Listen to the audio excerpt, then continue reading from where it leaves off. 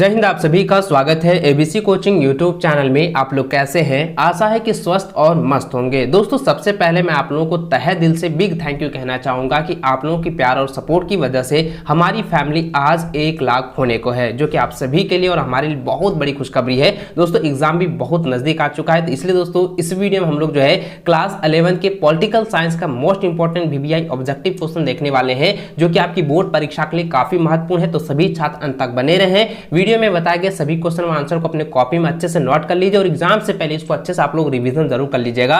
Video को like share करते हुए चैनल पर पहली बार आए, चैनल को सब्सक्राइब करने के साथ बेल आइकन को प्रेस जरूर कर लेंगे। तो चलिए बच्चों, क्वेश्चन की ओर चलते हैं। देखिए, सबसे पहला प्रश्न दिया गया है कि भारत की संविधान सभा का प्रथम अधिवेशन कब शुरू हुआ? तो दोस्तों इसका आंसर क्या हो जाएगा? 9 दिसंबर 1946 ईस्वी। ऑप्शन नंबर सी इसका सही व सटीक आंसर होगा। अगला प्रश्न है कि भारतीय संविधान सभा के उद्घाटन अधिवेशन का अध्यक्षता किसने की थी? तो दोस्तों इसका आंसर हो जाएगा doctor Sachchidanandan Sinha. Option number जो है सी इसका सही आंसर होगा। अगला प्रश्न है भारत के संविधान के मौलिक अधिकार, तो इसका आंसर क्या हो जाएगा? मूल संविधान का हिस्सा था। ऑप्शन ए इसका जो है राइट व सही आंसर होगा। अगला प्रश्न जो है चौथा नंबर दिया गया है कि वर्तमान में भारतीय नागरिकों को कितने मौलिक अधिकार प्राप्त हैं? तो दोस्तों मैंने पहले भी आपको बताया था कि वर्तमान में जो भारतीय नागरिक हैं उनको जो है टोटल अभी जो है मात्र 6 ही मौलिक अधिकार जो है प्राप्त है। ठीक है, तो ऑप्शन ए इसका सही आंसर होगा। अगला प्रश्न है कि एकल संक्रमणीय मत प्रणाली को किसने परिष्कृत किया? तो बच्चों इसका आंसर आएगा Thomas Hare. Option number D इसका सही आंसर होगा। अगला प्रश्न है कि छोटे मोटे दलों के लिए कौन सी प्रतिनिधित्व प्रणाली उपयुक्त होती है? तो बच्चों इसका आंसर हो जाएगा ऑप्शन नंबर सी हो जाएगा अनुपातिक प्रतिनिधित्व प्रणाली। इसका जो है आप लोग याद कर लीजिएगा, क्योंकि ये क्वेश्चन जो है रिपीटेड है, कई बार एग्जाम में आ चुका है। चलिए अगला प्रश्न देखिए, दिया गया है कि किस संवैधानिक संशोधन द्वारा भारत में मताधिकार की आयु 21 वर्ष से घटाकर 18 वर्ष कर दी गई? तो दोस्तों इसका आंसर आएगा 61वें संवैधानिक संशोधन के द्वारा किया गया था। दोस्तों पहले क्या था कि भारत के जितने भी नागरिक थे उनकी जो आयु थी यानी कि 21 वर्ष में जो है वो मत दे सकते थे, यानी कि अपना जो है मतदान दे सकते थे।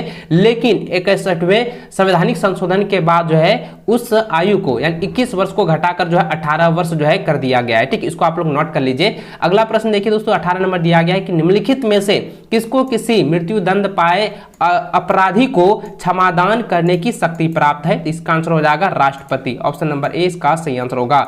अगला प्रश्न देखिए, दिया गया है कि भारत के राष्ट्रपति का चुनाव कितने वर्षों के लिए होता है? तो 5 वर्षों के लिए होता है। ऑप्शन नंबर सी जो है इसका सही आंसर होगा।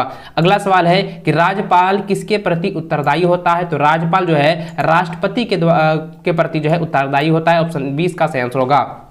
अगला है भारत का प्रधानमंत्री बनने के लिए न्यूनतम आयु कितनी होनी चाहिए? तो न्यूनतम कितनी आयु होनी चाहिए बच्चों? 25 वर्ष होनी चाहिए। ठीक है, न्यूनतम 25 वर्ष और अधिकतम जो है 65 वर्ष। इसको आप लोग नोट कर लीजिए। अगला प्रश्न है कि राज्यसभा को भंग करने का अधिकार किसे प्राप्त है? तो बच्चों इसका आंसर आएगा किसी को नहीं। ठीक है, यहाँ पे देखिए राष्ट्रपति, उपराष्ट्रपति और सर्वोच्च न्यायालय, इनमें से कोई नहीं होगा, इसलिए दोस्तों यहाँ पे ऑप्शन हो जाएगा किसी को नहीं। ऑप्शन डी इसका सही आंसर होगा। ठीक है, चलिए अगला सवाल दिया गया है कि भारत में लोकसभा का अध्यक्ष यानी स्पीकर जो है कौन है? तो स्पीकर किसको कहा जाता है दोस्तों? चयनित किया जाता है। स्पीकर जो है चयनित किया जाता है। भारत की लोकसभा का अध्यक्ष यानी कि जो वहां पे लोकसभा के जितने भी सदस्य हैं उसी में से जो है एक को चयनित किया जाता है। तो इसका आंसर क्या हो जाएगा? ऑप्शन नंबर बी हो जाएगा चयनित किया जाता है। स्पीकर क्या होता है? चयनित किया जाता है। ऑप्शन बी इसका सटीक आंसर होगा।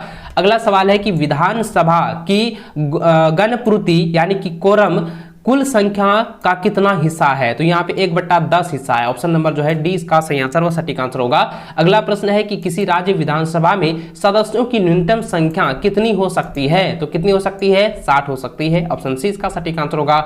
अगला है राज्य सरकार को कानूनी मामले में सलाह देने के लिए कौन अधिकृत है? तो कौन अधिकृत है बच्चों? तो इसका आंसर आएगा महाधिवक्ता यानी कि उच्च वकील जो होते हैं। ठीक है, महाधिवक्ता इसको कहा जाता है हिंदी में। इसको आप लोग नोट कर लीजिए। चलिए अगला सवाल देखिए दोस्तों, 17 नंबर दिया गया है कि झारखंड उच्च न्यायालय कहाँ स्थित है? झारखंड में जो है उच्च न्यायालय कहाँ स्थित है? तो दोस्तों आप सभी को पता है, जो है रांची में स्थित है। तो ऑप्शन नंबर जो है 20 का सही आंसर होगा। अगला प्रश्न यहाँ पे दिया गया है कि भारत में न्यायालयिक पुनरीक्षित पुनरीक्षण की शक्ति का प्रयोग कौन करता है? तो कौन करता है? सर्वोच्च न्यायालय व उच्च न्यायालय करता है। ऑप्शन सी इसका सही आंसर होगा। अगला सवाल 19 नंबर है कि किसने कहा है कि भारतीय संविधान अर्ध संघात्मक है? तो अर्ध जो है संघात्मक है, तो इस किसने कहा था? तो के.सी. वियर ने कहा था। ऑप्शन नंबर डी इसका सही आंसर होगा। अगला है समवर्ती सूची में कुल कितने विषय रखे गए हैं? तो दोस्तों टोटल जो है 47 विषय को रखा गया है। ऑप्शन नंबर 20 का सही आंसर होगा। अगला है स्थानीय स्वशासन को सर्वोच्चतम व्याख्या यह की जा सकती है कि वह एक उदाहरण है। तो वह किसका उदाहरण है? लोकतांत्रिक विकेंद्रीकरण की। तो ऑप्शन नंबर जो है 20 का सही आंसर होगा, लोकतांत्रिक विकेंद्रीकरण की। ठीक है। अगला प्रश्न है कि ग्राम पंचायत की आय का स्रोत है। ग्राम पंचायत की आय का जो स्रोत होता है मेला एवं बाजार का होता है। ठीक है, आप लोग इसको नोट कर लीजिए। मेला एवं बाजार कर का जो है ये जो वसूल करने के बाद जो है ग्राम पंचायत की जो है आय का ये स्रोत माना जाता है। ठीक, ऑप्शन नंबर 20 का सटीक में सही आंसर होगा। अगला सवाल है कि भारतीय संविधान भारत को वर्णित करता है, तो इसका आंसर हो जाएगा राज्यों का संघ वर्णित करता है। ऑप्शन डी इसका सही आंसर होगा। अगला है भारतीय संविधान का संशोधन प्रक्रिया कैसी है? तो दोस्तों यह जो है सरल एवं कठोर है, ना ही मतलब आसान है ना ही कठोर, एकदम मीडियम में है। ठीक है, इसको ऑप्शन नंबर डी इसका सही आंसर होगा। सरल एवं कठोर दोनों हो सकते हैं। ऑप्शन नंबर डी इसका सटीक आंसर होगा। अगला सवाल दिया गया कि किनका कथन है कि यदि समय के साथ संविधान नहीं बदला तो क्रांति हो जाएगी? तो इसका आंसर आएगा लॉर्ड टीवी मौकाले। ठीक है, ऑप्शन नंबर 20 का सही आंसर होगा। अगला सवाल दिया गया है कि हॉब्स को किस रूप में जाना जाता है? तो हॉब्स को जो है राजनीतिक दार्शनिक के रूप में जाना जाता है। ऑप्शन नंबर 20 का सही आंसर होगा। अगला है हिंद स्वराज पुस्तक किसने लिखी? तो ये बच्चों कई बार मैंने आपको पढ़ाया है और बताया है कि महात्मा गांधी ने लिखा है। तो ऑप्शन नंबर जो है 20 का सही आंसर होगा। अगला सवाल है कि इनमें से कौन राजनेता नहीं है? तो राजनेता कौन नहीं है? देखिए यहाँ पे जैसे रूसो, कार्ल मार्क्स और महात्मा गांधी, ये सभी क्या है? राजनेता नहीं है। तो ऑप्शन नंबर 20 का सही आंसर होगा, ये सभी जो है राजनेता नहीं है। अगला सवाल है कि स्वतंत्रता के सकारात्मक दृष्टिकोण से पक्षधर इनमें से कौन नहीं है? तो दोस्तों इसका आंसर आएगा ऑप्शन नंबर डी हो जाएगा। F.A. हायक जो है यह पक्षधर नहीं है। ठीक है, अगला सवाल है कि इनमें से किनका कथन है कि मनुष्य जन्म से स्वतंत्र है किंतु वह हर जगह बेड़ियों में जकड़ा हुआ है? तो इसका आंसर आएगा जे रूसो। ऑप्शन नंबर डी इसका सटीक आंसर होगा। अगला सवाल है कि नारीवाद के अनुसार स्त्री पुरुष असमानता का कारक है? तो इसका आंसर आएगा पितृसत्ता का असमानता का कारण है। ऑप्शन नंबर 20 का सही आंसर होगा। अगला सवाल है कि 20वीं शताब्दी के किस एक महानतम व्यक्ति की आत्मकथा का शीर्षक लॉन्ग वॉक टू फ्रीडम है? तो इसका आंसर क्या हो जाएगा? ऑप्शन नंबर ए हो जाएगा नेशनल मंडेला। ऑप्शन नंबर जो है ए इसका सही व सटीक आंसर होगा, नेशनल मंडेला। अगला सवाल है 33 नंबर दिया गया कि सामाजिक न्याय का तात्पर्य है। तो सामाजिक न्याय का तात्पर्य होता है सभी प्रकार के भेदभाव तथा जाति, रंग, धर्म, लिंग इत्यादि पर आधारित विशेषाधिकार की समाप्ति। ये ऑप्शन नंबर डी जो है इसका सटीक आंसर होगा, इसको नोट कर लीजिए। अगला सवाल देखिए 34 नंबर दिया गया है कि ए थ्योरी ऑफ जस्टिस नामक पुस्तक किसने लिखी? कई बार एग्जाम में आ चुका है, इसको आप लोग नोट कर लीजिएगा। जॉन रास्कल ने लिखा है। ठीक है, जॉन रॉल्स ने यह दिया गया है, तो जॉन रॉल्स का ऑप्शन होगा। ठीक है, ऑप्शन ए इसका सटीक आंसर होगा। अगला दिया है कि जस्टिस शब्द लैटिन भाषा के जूस शब्द से बना है जिसका अर्थ है, तो जिसका अर्थ होता है दोस्तों बांधना या बंधन। ठीक है, तो ऑप्शन नंबर जो है सी इसका सही आंसर होगा। अगला सवाल है कि अधिकारहीन व्यक्ति की स्थिति होती है, तो वह किस तरह होता है? गुलाम की तरह होता है। ठीक है, यानी जिसको गुलाम बना लिया जाता है वह जो है अधिकारहीन हो जाता है। तो ऑप्शन नंबर 20 का सटीक आंसर होगा। अगला है इनमें कौन प्राकृतिक अधिकारों के सिद्धांत का समर्थक है? तो इसका आंसर आएगा जॉन लॉक। ऑप्शन नंबर 20 का सही आंसर होगा।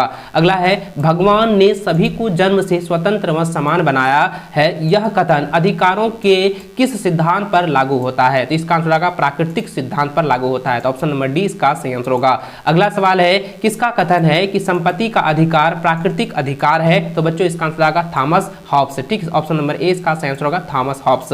अगला प्रश्न दिया गया है 40 नंबर की भारत में कौन सी नागरिकता है? तो भारत में दोस्तों दोहरी नागरिकता है। ऑप्शन नंबर जो है बी इसका सही व सटीक आंसर होगा।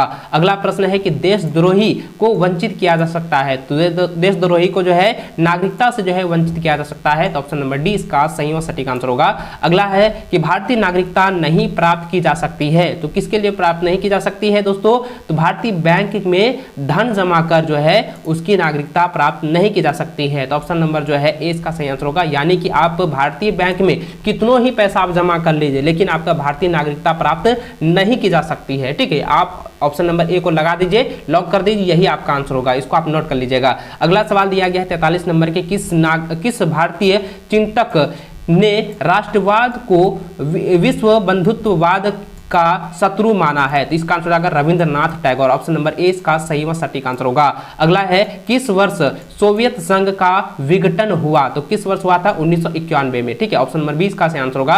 अगला सवाल है कि धर्मनिरपेक्षवाद में क्या सही है? तो धर्मनिरपेक्ष पक्ष में जो है धर्म के आधार पर लोगों में भेदभाव होगा, यह जो है बिल्कुल सही है। तो ऑप्शन नंबर जो है सी एकदम सही व सटीक आंसर होगा। इसको आप लोग नोट कर लीजिए, धर्म के आधार पर लोगों में भेदभाव होगा। ठीक है, इसको आप लोग नोट कर लीजिए। अगला सवाल 46 नंबर दिया गया है कि धर्मनिरपेक्षवाद किससे संबंधित है? तो बच्चों इसका आंसर आएगा, देखिए आतंकवाद। ठीक है, यहाँ पे देखिए क्या हो जाएगा, सॉरी विज्ञानवाद और मानववाद से है। ठीक है, तो आतंकवाद नहीं होगा, इसको आप छोड़ दीजिए। यहाँ पे जाएगा विज्ञानवाद और मानववाद से है, इसलिए दोस्तों इसका आंसर जाएगा बी और सी दोनों हो जाएगा। ठीक है, ऑप्शन डी इसका राइट आंसर होगा। अगला सवाल दिया गया है कि किस संशोधन द्वारा, ठीक है, किस संशोधन द्वारा भारतीय संविधान की प्रस्तावना में पंथ निरपेक्ष शब्द जोड़ा गया है? तो पंथ निरपेक्ष शब्द जोड़ा गया है वो 42वें संशोधन में जोड़ा गया है। ठीक है, ऑप्शन नंबर ए इसका सही आंसर होगा। अगला सवाल है कि शांति को बनाए रखने हेतु कौन सी राजनीतिक उचित नहीं है? तो शांति को बनाए रखने के लिए जो है राष्ट्रवाद को बढ़ावा देना यह उचित नहीं है। ऑप्शन बी इसका सही आंसर व सटीक आंसर होगा। अगला सवाल 49 नंबर दिया गया है कि निःशास्त्रीकरण का ध्येय क्या है? तो निःशास्त्रीकरण का ध्येय होता है दोस्तों कि आवश्यक सीमा तक शस्त्रों की कटौती। ठीक है, ऑप्शन नंबर 20 का सही आंसर होगा। अगला सवाल है कि भारत को किस श्रेणी में रखा जाता है? तो भारत को जो है विकासशील श्रेणी में रखा जाता है। तो दोस्तों इस वीडियो में मैंने पॉलिटिकल साइंस के 50 ऐसे ऑब्जेक्टिव बताए हैं जो कि आपकी बोर्ड परीक्षा के लिए काफी महत्वपूर्ण है। इसको एग्जाम से पहले आप लोगों को रिविजन कर लेना है। और आप सभी के लिए बहुत बहुत जो है खुशखबरी है कि हमारी यूट्यूब फैमिली जो है 1 लाख कंप्लीट हो चुकी है, जो कि आप सभी के लिए और हमारे लिए बहुत बड़ी गुड न्यूज है। आप सभी के लिए बहुत बड़ा मुझे खुशखबरी दी है और आप सभी को तहे दिल से शुभकामनाएं, तहे दिल से शुक्रिया कहना चाहूंगा। और वादा करता हूं कि आप लोगों की जो एग्जाम्स है ना उसमें आप लोग जो है पिछड़ेंगे नहीं। हमारे चैनल के साथ अगर जुड़े हैं तो मैं आप लोगों से वादा करता हूं कि आप लोगों की बोर्ड एग्जाम काफी बेहतर जाएगी, सभी क्वेश्चन आप लोगों को लड़ेगा। ठीक है, चलो दोस्तों मिलते हैं नेक्स्ट टाइम, तब तक जय हिंद, वंदे मातरम।